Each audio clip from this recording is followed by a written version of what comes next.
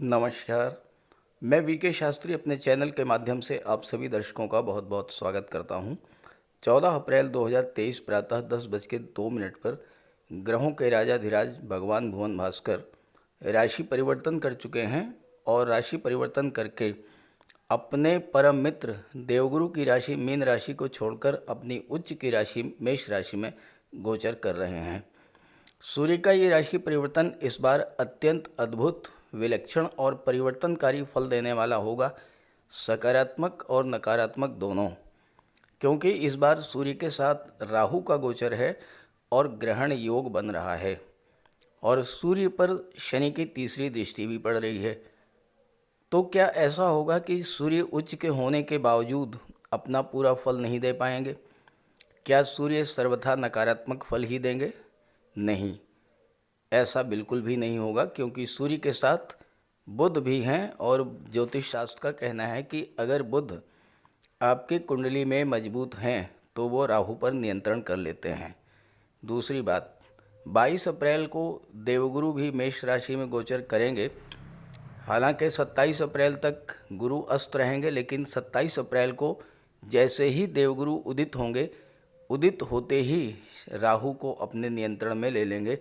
तो इस तरह 27 अप्रैल तक का समय तो आपके लिए ठीक नहीं रहेगा, इसमें कोई दो राय नहीं है। लेकिन 27 अप्रैल के बाद स्थितियां तेज़ी से बदलेंगी और राहु भी गुरु और बुध के प्रभाव से सकारात्मक फल देना शुरू करेंगे। दूसरी महत्वपूर्ण बात यह भी है कि 14 अप्रैल को सूर्य अंश बल से कमज़ोर रहेंगे। 20 अप्रैल को सूर्य ग्रहण पड़ेगा और उसके बाद 27 अप्रैल को सूर्य का अंश बल होगा 12 डिग्री। जब किसी ग्रह का अंश बल 12 डिग्री से 18 डिग्री के बीच को होता है तो उस समय वो ग्रह अत्यंत मजबूत स्थिति में होता है। तो सूर्य का अंश बल होगा 12 डिग्री, बुध का होगा 19 डिग्री और देवगुरु भी उदित होकर राहु पर नियंत्रण कर लेंगे, तब आपको सूर्य का पूरा फल प्राप्त होगा। तो इस वीडियो को मैं 2 पार्ट में बना रहा हूँ। पहले पार्ट में मैं आपको ये बताऊँगा कि 27 अप्रैल तक आपके जीवन में क्या क्या समस्याएं आ सकती हैं, जिनको लेकर आपको सचेत रहना है। दूसरे पार्ट में मैं आपको 27 अप्रैल से 15 मई तक ग्रह गोचर के आधार पर बताऊंगा कि उच्च के सूर्य आपके लिए क्या क्या शुभ और सकारात्मक फल ला रहे हैं। तीसरी और इस राशि परिवर्तन की सबसे महत्वपूर्ण बात है राहु का ग्रहण दोष। तो उसके लिए भी आपको क्या करना है जिससे राहु शुभ फल देने लगे, वो भी मैं आपको बताने जा रहा हूँ, वो समझें। और अगर आप मेरी बात से सहमत हों तो कमेंट करके ज़रूर बताइएगा। देखिए, राहु हैं अनजाना भय, भ्रम, निराशा, गलतफहमी। तो राहु ये सब तो पैदा करेंगे, भय, भ्रम, निराशा, गलतफहमी ये सब कुछ फैलाएंगे। लेकिन वहीं दूसरी तरफ राहु विदेश के कारक होते हैं, राहु ऑनलाइन एक्टिविटीज़ के कारक होते हैं, ऑनलाइन प्लेटफॉर्म के कारक होते हैं, Rahu social media, print media के भी कारक हैं। राहु हैं छाया, यानी photo related areas, photography, videography, acting, modelling, film industry, TV serial, YouTube, Facebook, reel related areas, इन सभी क्षेत्रों पर राहु का प्रभाव होता है। राहु चाहते हैं कि आप बिना डरे, बिना रुके अपने कार्य क्षेत्र का विस्तार करें, और अगर आप इन सब क्षेत्रों से अपने आप को जोड़ते हैं, खासकर विदेश से यानी मातृभूमि से दूर जाकर अपने व्यापार व्यवसाय का विस्तार करते हैं, तो सफलता आपके कदम चूमेगी। इसके अलावा राहु का उपाय तो आपको करना ही है। इस गोचर काल में विशेष करके सूर्य ग्रहण के दिन या सूर्य ग्रहण से 2 दिन पहले या 2 दिन बाद अगर आपने गंगा स्नान कर लिया तो फिर आप देखिएगा आपकी दुनिया ही बदल जाएगी। यही ग्रहण योग आपको वो सब कुछ देगा जो आप पाना चाहते हैं।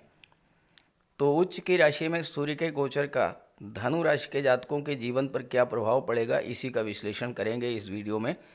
ये विश्लेषण आपकी चंद्र राशि के आधार पर किया जा रहा है और वीडियो के अंत में मैं आपको सूर्य और राहु के उपाय भी बताऊंगा।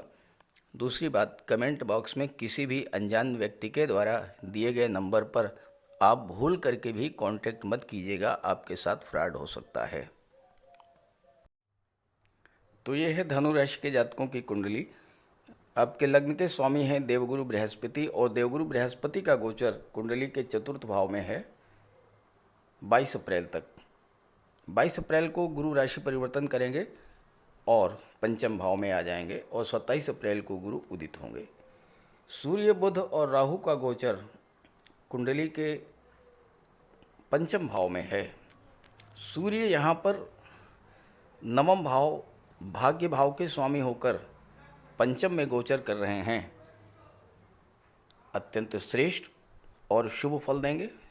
लेकिन 27 अप्रैल तक चूंकि सूर्य पर राहु का प्रभाव रहेगा, इस गोचर काल में छात्रों का मन पढ़ाई से हट सकता है, या फिर प्रतियोगी परीक्षाओं को लेकर के भ्रम की स्थिति बन सकती है।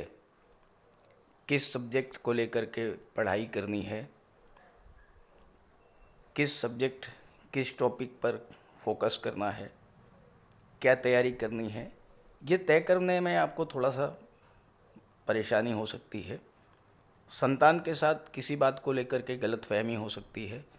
और चूँकि भाग्य भाव के स्वामी हैं, जहाँ से गुरु और पिता का विचार किया जाता है, तो उस समय पिता से और गुरु से भी संबंध खराब हो सकते हैं। साथ ही साथ सूर्यजन्य बीमारियों से भी आपको समस्या हो सकती है। खास करके अगर आप हाई ब्लड प्रेशर या हार्ट अटैक के पेशेंट हैं, हार्ट प्रॉब्लम्स हैं, या फिर माइग्रेन है, सिर दर्द है, इस तरह की समस्याएं आपके जीवन में आपको परेशान कर सकती हैं। लेकिन जैसे ही सूर्य ग्रहण समाप्त होगा और 27 अप्रैल को देवगुरु उदित होंगे, स्थितियां पूरी तरह से बदल जाएंगी। क्योंकि यहाँ पर सूर्य का गोचर पंचम भाव में है, और पंचम भाव कुंडली का सबसे महत्वपूर्ण भाव है, सबसे शुभ भाव है। क्योंकि यहाँ से संतान, शिक्षा, लव, रोमांस, कल्पनाशीलता, क्रिएटिविटी और पूर्व संचित कर्मों का विचार किया जाता है। पंचम भाव से संतान सुख, प्रेम, शिक्षा, भविष्य और लॉटरी, सट्टा, शेयर से लाभ, ये सब दर्शाता है पंचम भाव।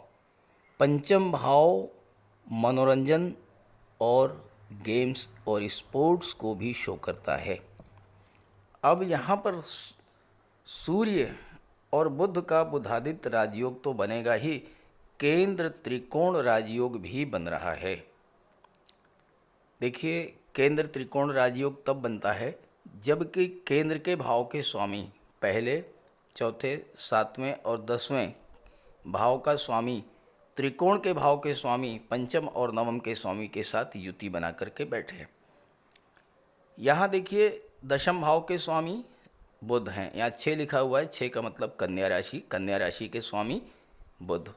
नवम भाव में 5 लिखा है, सिंह राशि, सिंह राशि के स्वामी सूर्य। तो केंद्र और त्रिकोण के स्वामी एक साथ युति बना करके जब गोचर कर रहे हैं, तो केंद्र त्रिकोण राजयोग बनेगा। और जब केंद्र त्रिकोण राजयोग बनता है, तो जो ग्रह इस राजयोग का निर्माण करते हैं, वो ग्रह जिन जिन भावों के स्वामी होते हैं, उन भावों से संबंधित शुभ फल आपको प्राप्त होते हैं। अब यहाँ पर दशम भाव और नवम भाव, इसमें केंद्र त्रिकोण राजयोग बन रहा है। बुध सप्तम के स्वामी हैं। गुरु, यहाँ पर सूर्य गुरु की युति बनेगी। गुरु आपके लग्न के स्वामी हैं और गुरु छठे भाव के स्वामी हैं। सूर्य, बुध, राहु और गुरु की दृष्टि एकादश भाव पर पड़ेगी। तो पंचम, नवम, दशम, सप्तम, एकादश, चतुर्थ, इन सभी भावों के शुभ फल आपको प्राप्त होंगे। छात्रों के लिए ये राजयोग अत्यंत शुभ फल देने वाला होगा। शिक्षा प्रतियोगिता को लेकर आपके मन में नए उत्साह का संचार होगा। 27 अप्रैल के बाद पढ़ाई में मन लगेगा। देवगुरु पंचम भाव में अति विशिष्ट कारक होते हैं और गुरु के प्रभाव से आपकी बौद्धिक क्षमता, इंटेलिजेंस, मेमोरी पावर बढ़ेगी। यहाँ पर बुध भी हैं और बुध के प्रभाव से आपकी तर्क शक्ति, विश्लेषण क्षमता, आपकी सोचने की, समझने की, लिखने की, बोलने की क्षमता बढ़ेगी। यहाँ पर सूर्य, गुरु, बुध और राहु आपकी क्रिएटिविटी को बूस्टअप करेंगे और कैरियर को लेकर आपके किए जा रहे प्रयासों को बल मिलेगा। कुंडली का पंचम भाव प्रथम संतान की उत्पत्ति को शो करता है और विवाहित हैं तो संतान की प्राप्ति हो सकती है या फिर आप संतान की प्लानिंग कर सकते हैं और वो संतान देवगुरु के समान भव्य व्यक्तित्व की स्वामी, सूर्य के समान प्रतापी और तेजवान, ज्ञानवान, बुद्धिमान और धर्म ईश्वर में आस्था रखने वाली होगी। पंचम भाव लव रिलेशंस को शो करता है। अपने प्रेम संबंधों में नई ऊर्जा और नई ऊष्मा का एहसास होगा आपको और नए रिलेशंस भी बन सकते हैं और चूंकि बुध सप्तम के स्वामी हैं तो आपका विवाह भी हो सकता है। मनोरंजन के लिए आप कहीं घूमने की प्लानिंग कर सकते हैं। लॉटरी, शेयर, सट्टे से भी आपको लाभ हो सकता है, हालांकि विशेष सावधानी के साथ। पंचम भाव में सूर्य, बुध, राहु और गुरु का गोचर जॉब के नए अवसरों को दर्शाता है। नई नौकरी मिल सकती है या नौकरी में परिवर्तन कर सकते हैं। पंचम भाव गणित, विज्ञान, कला से संबंध रखता है और इन क्षेत्रों में अगर आपकी रुचि है तो आपको सफलता मिलेगी। पंचम भाव राजनीति में मंत्री पद को दर्शाता है और इस योग के बनने पर आपको राजनीति में उच्च पद भी प्राप्त हो सकता है।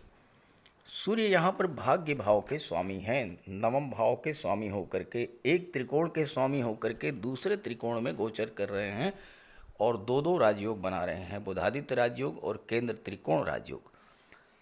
कुंडली का जो नवम भाव होता है ये भाग्य का, पिता का, धर्म का, सत्कर्म का, गुरु का, उच्च शिक्षा, धार्मिक यात्राओं, कंसल्टेंसी और रिप्रोडक्टिव सिस्टम को शो करता है।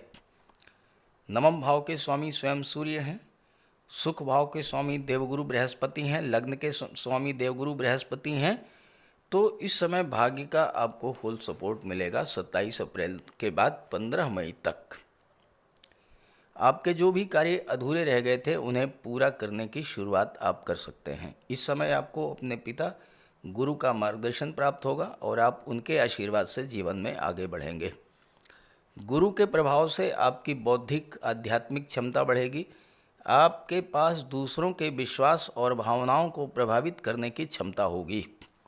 आप शिक्षक, काउंसलर, धर्मोपदेशक, लीगल या फाइनेंशियल एडवाइज़र के रूप में आप अपने कार्य की शुरुआत भी कर सकते हैं। उच्च शिक्षा के लिए विदेश जाना चाहते थे तो बहुत सुंदर योग है, या फिर किसी अच्छे प्रतिष्ठित शिक्षण संस्थान में अध्ययन का अवसर भी आपको मिलेगा। यात्रा, देवदर्शन, तीर्थ यात्रा की इच्छा थी वो पूरी होगी। गुरु संतान के कारक होते हैं और नवम भाव के स्वामी सूर्य हैं जो कि गुरु के साथ हैं, तो संतान की भी प्राप्ति हो सकती है या संतान की प्लानिंग भी आप कर सकते हैं।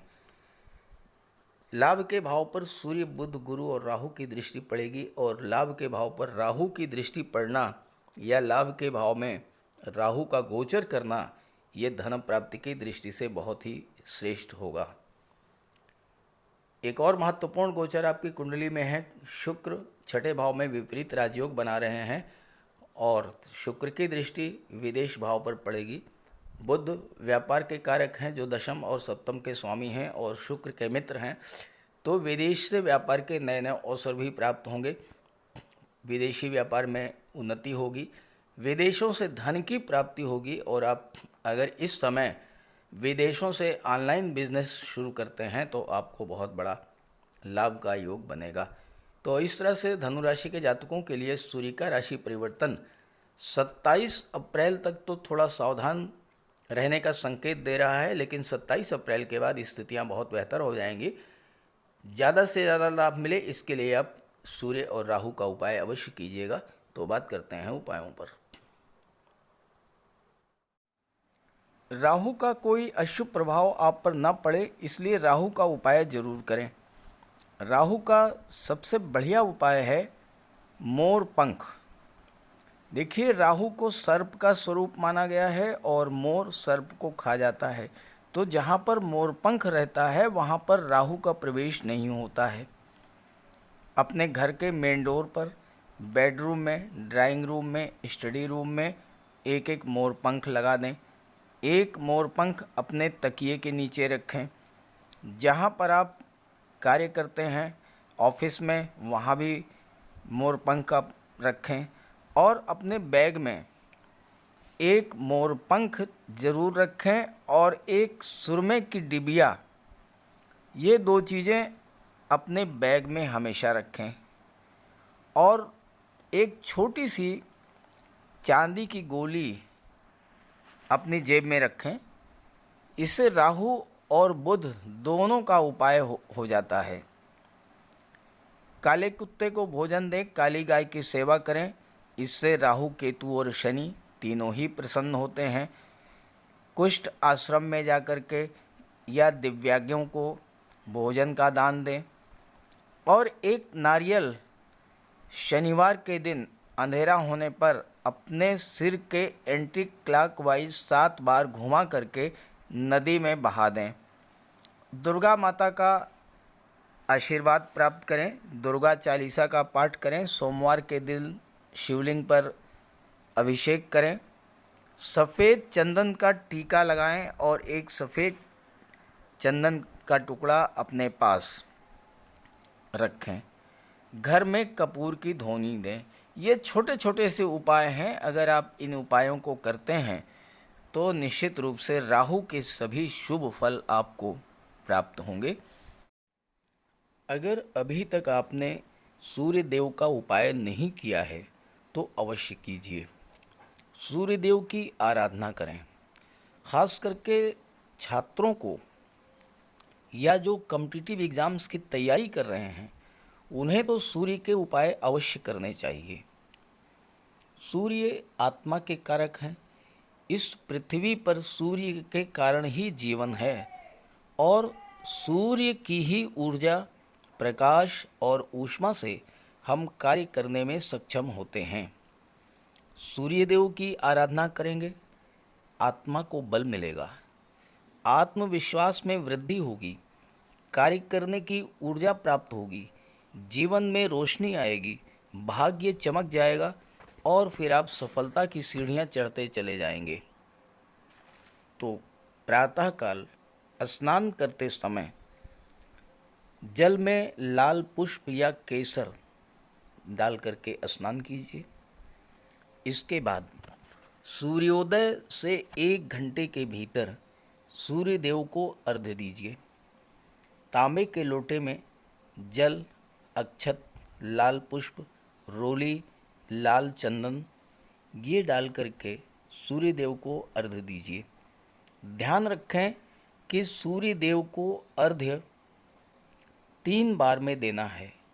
1 लोटे जल को आपको 3 बार में अर्घ्य देना है और साथ ही साथ इस बात का ध्यान रखना है कि जो जल है वो आपके पैरों पर ना गिरे। इसके बाद गायत्री मंत्र का जाप करें। आदित्य हृदय स्तोत्र का पाठ करें। छात्रों को तो सूर्य का ये उपाय नियमित रूप से करना चाहिए क्योंकि सूर्य ही सरकारी नौकरी के कारक हैं और आज के युग में हर छात्र का सपना होता है कि वो आईएएस बने, आईपीएस बने या शासन प्रशासन में उच्च पदस्थ अधिकारी बने और सूर्य इन सब के कारक होते हैं। सूर्य पिता के कारक हैं। पिता का सम्मान कीजिए, उनकी सेवा कीजिए, उनके मार्गदर्शन में आगे बढ़िए। यदि किसी तरह का कोई विवाद भी है तो उसे भुला दीजिए और उन्हें किसी तरह का कष्ट तो बिल्कुल न दें। इससे सूर्यदेव को बल मिलेगा। सूर्यदेव को बल प्राप्त हो इसके लिए रविवार को नमक का सेवन ना करें। दलिया, दूध, दही, गुड़, गेहूं की रोटी, इन सब का प्रयोग करें। रविवार के दिन सूर्यदेव को अर्घ्य देने के बाद एक तांबे की अंगूठी या तांबे का छल्ला ये धारण करें और जितनी आपकी क्षमता या सामर्थ्य हो यथाशक्ति लाल वस्त्र, गुड़, गेहूं, मसूर की दाल या तांबे का दान करें। गौ माता की सेवा करें, उन्हें रोटी दें, चींटियों को चीनी दें, मछलियों को आटे की गोली खिलाएं।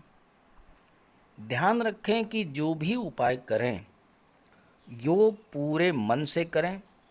उपाय करते समय सूर्यदेव का ध्यान करें और साथ ही साथ अहंकार और क्रोध इनसे दूर रहें। आप ये उपाय करके देखिए, जीवन में इतना बड़ा परिवर्तन आएगा कि आप कल्पना नहीं कर सकते। तो मेरी बात से सहमत हों तो उपाय शुरू कर दीजिए और वीडियो अच्छा लगा हो तो अपने साथियों को, मित्रों को भी ज़रूर शेयर कर दीजिएगा। नमस्कार।